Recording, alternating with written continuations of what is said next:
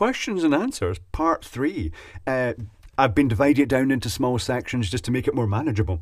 So many questions and answers, and you can leave more questions in the comments down below. Liam Boyd says, have you ever set yourself or something else on fire due to electrical short or similar? Oh, I've had big bangs and flashes, and I have burnt myself from time to time. I've not really knowingly set anything on fire that I can think of. I've had things glow ominously and emit smoke. Liam Boyd again asks, I've heard that in the London Underground it's still possible to find mercury vapour rectifiers. There are pictures of some in those applications in operation. Have you ever found ancient and super cool electrical components still in operation like that? Yes, there are a lot of old elevators still old electromechanical ones, and that's on the London Underground. Some of those mercury rectifiers associated with old DC elevators that they couldn't really justify replacing them because they were just functional goods lifts, or they were just emergency lifts for specialist applications. Liam also asks, have you ever done a 9-to-5 type desk job?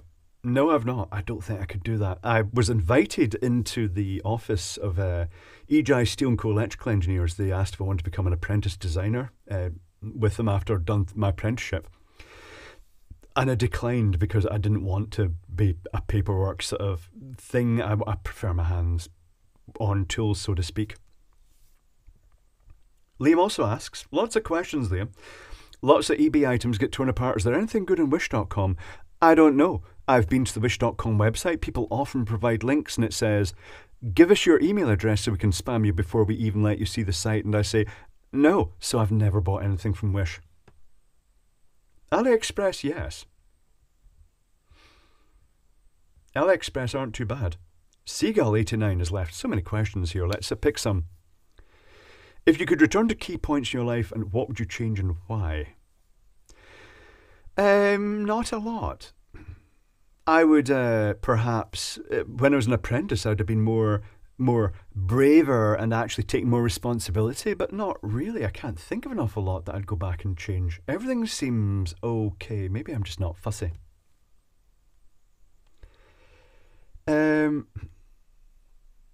Did you have second thoughts about starting live streams in general, or even specific live streams? No, I didn't. I've not regretted that. The live streams, for those who don't know, on Big Clive Live, are a series of streams that happen every Saturday, and the patrons also get one every second Thursday, and they last about 3 hours or more. They're quite long. They will, once COVID subsides, because that's why they were started, they'll go down to 2 hours and then maybe 1 hour, because that kind of makes a stream more special, because at the moment it's so long that people just drop in and out at random times. It's not something they specifically aim to watch the whole thing. So you'll get people watch maybe 20-30 minutes and then drop out, and just that averages over the whole thing. But I started those streams to keep people company because, well, COVID meant that a lot of technical people were laid off work and they were at home, and it was just driving them nuts. And I thought, well, virtual pub, we can talk technical stuff. It turned out we don't always talk technical stuff, and I do partake of alcoholic beverages while I'm doing it, so sometimes the conversation goes off in very rude and random tangents. If you like sensible technical Clive, you might not like the live streams. On the other hand, if you want to hang out at the pub and just talk rubbish, then that's the live stream channel. What are your top recommendations to start your technical channel? Just be yourself. Don't judge yourself on your voice, how it sounds to you, because it doesn't sound like that to us. Just be yourself. Don't try too hard. You can burn yourself out very easily. And keep in mind that YouTube, people say, oh, it's easy. You just make a wee video and stick it up. It's a full-time job. Seriously, by the time you get to this level, it's a very, very demanding full-time job. It eats up a lot of hours during the day. It's surprising. Does feel slightly trapped at times, you know. That's why I see other people burning out a bit, but it's certainly easier than working jobs that you have to get up at 6 in the morning and drive 2 hours to a job and then drive 2 hours back. It's easier than that, but having had real work, it means that the YouTube stuff isn't too bad, but it's still more work than I was expecting, but that's fine. It's enjoyable work. He also asks, what video editing software tools do you use? Everything is done on the phone. I'll use VidTrim Pro to splice videos or trim bits off, although I rarely trim them. I'll use AudioFix sometimes to just basic if the audio's been too quiet. Like the first video in this set where I didn't bring the microphone down to the correct level. These things happen. Oh, Dr. Wedge says, great list of questions. I'm also curious about what it's like to be a famous YouTuber. It must bring its fair share of unwelcome attention. There are definite weird people who just want to have a go at you for some reason, but I don't regard myself as famous. I regard people like PewDiePie as famous and Electroboom as famous, but having said that, I then remember that I used to look up to David E. Vlog, who was looked like one of the top YouTubers. Now I'm up roughly at the same level. It doesn't feel like it. It's happened very slowly. I don't feel famous. It's fine. I'd like to keep it that way. It feels more personal. It's just like you and me messing around in the workshop together. That's what it's about. Errol says, I found your video about replacing the echo card in the Centaur pinball machine interesting. What do you think of showing a bit more of the machine, especially how the bits in the table work?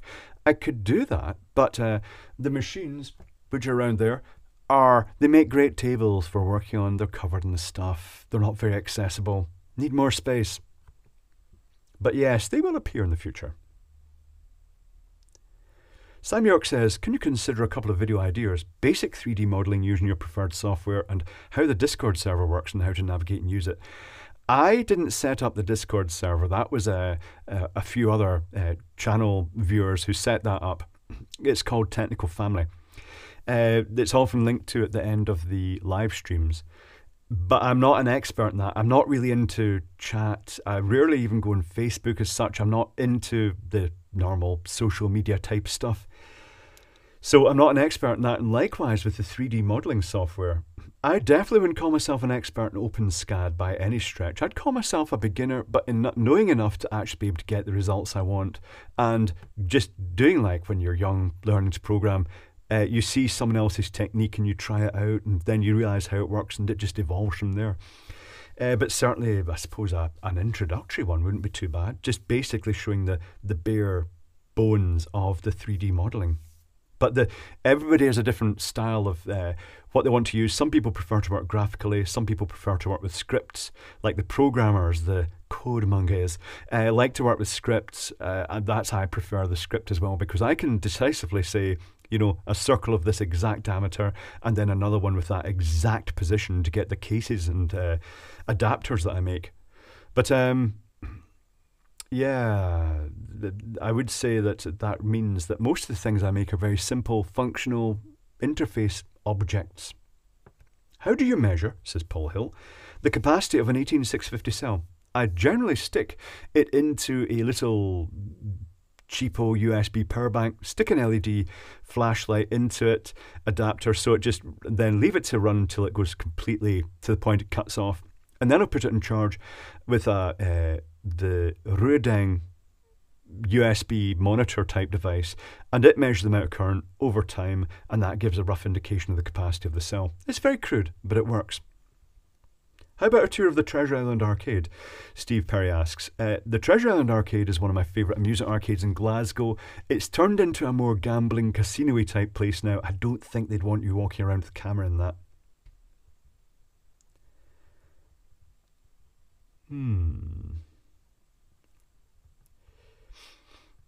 Peter Stevens says, maybe have a crack at this 1600 amp circuit breaker catapulting a cold beer.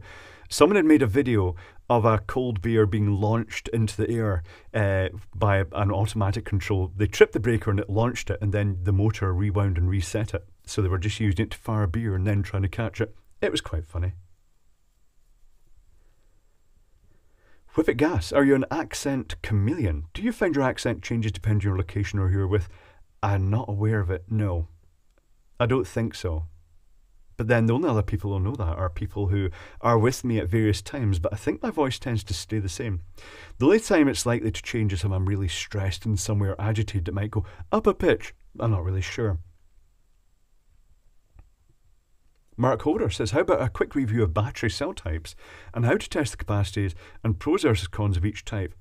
Oh, right, so that could be nickel metal cadmium, nickel metal hydride, sealed lead acid, and lithium. That would be an interesting comparison.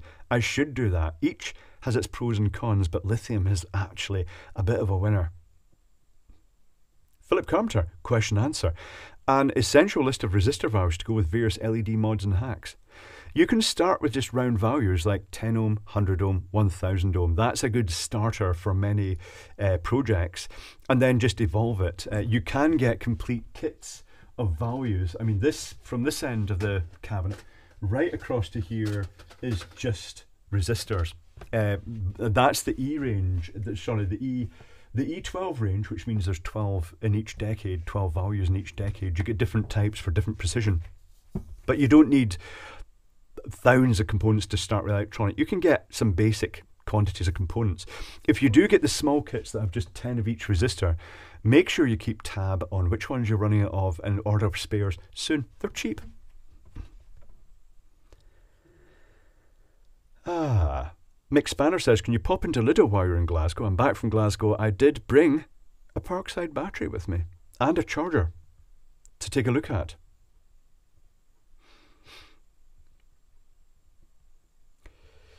Mike says, you've occasionally shown glimpses of your acting and singing abilities in your videos. Have you ever performed on stage or screen? I was a stock extra villain for a long time in Glasgow. Long enough, on demand enough that in 1 year I'd clocked up enough screen time to get my equity card, and still have my equity card, the actor's card. That's what happens when you're ugly. The people who want extras, they're looking for people with distinctive faces, and if you've got a distinctive voice, you're more likely to get voice work.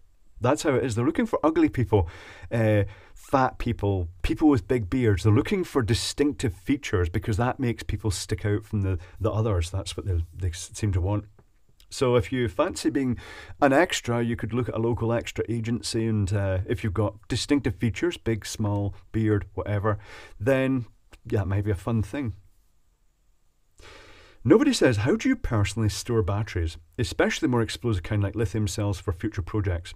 Bagged up, taped up, prevent short circuits, and in metal trays, so that if one goes up, it's not going to burn set fire to stuff hopefully in the vicinity of those. Sometimes the 18650 fire things out like rockets, but I do try to contain them in metal trays, explosion containment pie dishes, but quite a lot of them, just Poundland, dollar store, metal baking trays, but making sure you don't short the contacts in the process. Phil Folks says, are you planning any meetups in the UK? I missed the drive from Liverpool to Glasgow or Edinburgh for the day. That's a long trip from Liverpool. That's a full-on ferry to Heysham getting to Glasgow. I do plan them. I'm waiting until COVID has died down a bit more. Then I'm going to spend a lot more time in Glasgow, and we're going to have the meetups in Glasgow. And then after that, well, as COVID regresses, we'll have more meetings in other places. And that is the end of the questions. This session, this one only lasted about 13 minutes as opposed to the previous ones, which were over 20. That's a lot. That is, see, if I'd done it in one video, it would have been verging on a solid hour, and that's just too much, isn't it? But that's okay. For those who didn't spot this, I shall provide a link to this in the description. It's made by Mouse. It's based on the supercomputers with the flashing LEDs, but he made the little tiny one. Let me show you. I'm getting a whistling noise. I think it's a little power supply up here. I hope it's not coming through the... It probably is coming through my phone. Where's that whistling noise coming from? It's a switch mode power supply.